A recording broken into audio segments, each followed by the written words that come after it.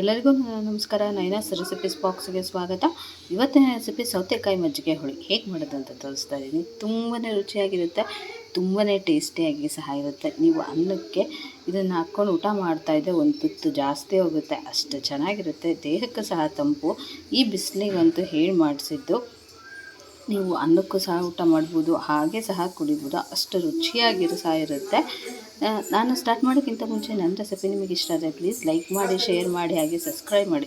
Subscribe ಮಾಡೋದ್ರಿಂದ ನಾನು ಹಾಕೋ ಹೊಸ ರೆಸಿಪಿನ ನೀವು ನೋಡ್ಬೋದು. ಬನ್ನಿ ಸ್ಟಾರ್ಟ್ ಮಾಡೋಣ. ಒಂದು ಸೌತೆಕಾಯಿನ ಈ ಥರ ಚಿಕ್ಕದಾಗಿ ಕಟ್ ಮಾಡ್ಕೊಂಡಿದ್ದೀನಿ, ಸಿಪ್ಪೆ ತೆಗೆದು. ಸ್ವಲ್ಪ ಹಸಿ ಕೊಬ್ಬರಿನ ಚಿಕ್ಕದಾಗಿ ಕಟ್ ಮಾಡ್ಕೊಂಡಿದ್ದೀನಿ. 2 ಹಸಿಮೆಣಸಿನ್ಕಾಯಿ, 4 ಬೆಳ್ಳುಳ್ಳಿ ಹೆಸಳು, ಸ್ವಲ್ಪ ಕೊತ್ತಂಬರಿ, 1 ಲೋಟ ಮೊಸರು, ಒಗ್ಗರಣೆಗೆ ಸಾಸಿವೆ, ಜೀರಿಗೆ, ಅರಿಶಿನ ಅರ್ಧ ಸ್ಪೂನು, ಕರಿಬೇವು, ಎಣ್ಣೆ, ಒಂದು ಮಿಕ್ಸಿ ಜಾರ್ ತೊಗೊಂಡಿದ್ದೀನಿ. ಅದಕ್ಕೆ ಸೌತೆಕಾಯಿ, ಹಸಿ ಕೊಬ್ಬರಿ, ಹಾಗೆ ಹಸಿಮೆಣಸಿನ್ಕಾಯಿ, ಬೆಳ್ಳುಳ್ಳಿ,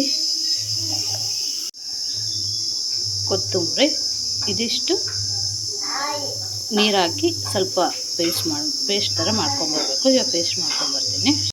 ಇವಾಗ ರುಬ್ಕೊಂಬಂದಿದ್ದೀನಿ. ಇಷ್ಟು ಪೇಸ್ಟ್ ಆದರೆ ಸಾಕು. ಇದಕ್ಕೆ ಮಜ್ಜಿಗೆ ಇದ್ದರೆ ಮಜ್ಜಿಗೆ ಹಾಕ್ಬೋದು, ಮೊಸರು ಇದ್ದರೆ ಮೊಸರು ಹಾಕ್ಬೋದು. ಇದಕ್ಕೆ ಮೊಸರು ಹಾಕ್ತಾಯಿದ್ದೀನಿ.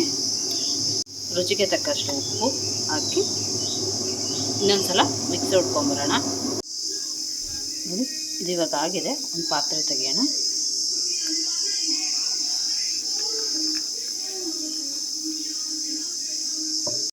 ಇದಕ್ಕೆ ಒಗ್ಗರಣೆ ಮಾಡ್ಕೊಳ್ಳೋಣ.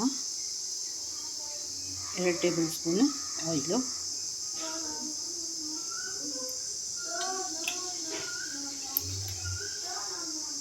ಅರ್ಧ ಸ್ಪೂನು ಸಾಸಿವೆ, ಅರ್ಧ ಸ್ಪೂನು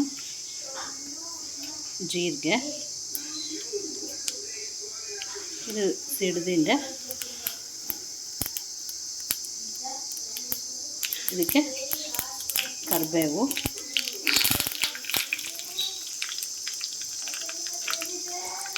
ಒಂದು ಅರ್ಧ ಸ್ಪೂನು ಅರಿಶಿನ ಹಾಕಿ ಚೆನ್ನಾಗಿ ಕರಿಬೇಕು. ಹಾಗೆಯೇ ಆಫ್ ಮಾಡೋಣ. ಆಫ್ ಮಾಡಿ ಇವಾಗ ಮಜ್ಜಿಗೆ ಸೇರಿಸೋಣ. ಇದಕ್ಕೆ ಹಾಕ್ತಾಯಿದ್ದೀನಿ. ಹಾಕಿ ಚೆನ್ನಾಗಿ ಕೈಯಾಡಬೇಕು.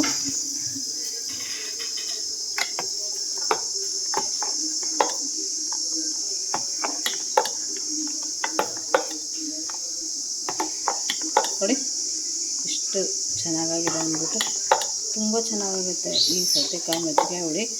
ಈ ಬೇಸಿಗೆಗಂತೂ ಸೂಪರಾಗಿರುತ್ತೆ. ಅನ್ನಕ್ಕೆ ತಂಪಾಗಿ ಸಹ ಇರುತ್ತೆ, ದೇಹಕ್ಕೆ ಕುಡಿಲೂಬಹುದು, ಹಾಗೆ ಅನ್ನಕ್ಕೂ ಸಹ ಊಟ ಮಾಡ್ಬೋದು. ನೋಡಿ, ಸೌತೆಕಾಯಿ ಮಜ್ಜಿಗೆ ಹುಳಿ ರೆಡಿಯಾಗಿದೆ.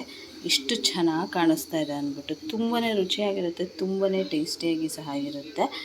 ನೀವು ಅನ್ನಕ್ಕೆ ಈ ಥರ ಮಾಡ್ಕೊಂಡು ಊಟ ಮಾಡಿ, ತುಂಬ ಇಷ್ಟ ಆಗುತ್ತೆ ನಿಮಗೆ. ಈ ದೇಹಕ್ಕೂ ಸಹ ತಂಪು. ಈ ಬೇಸಿಗೆಗೆ ಹೇಳಿ ಮಾಡಿಸಿದಂತಹ ಸೌತೆಕಾಯಿ ಮಜ್ಜಿಗೆ ಹುಳಿ.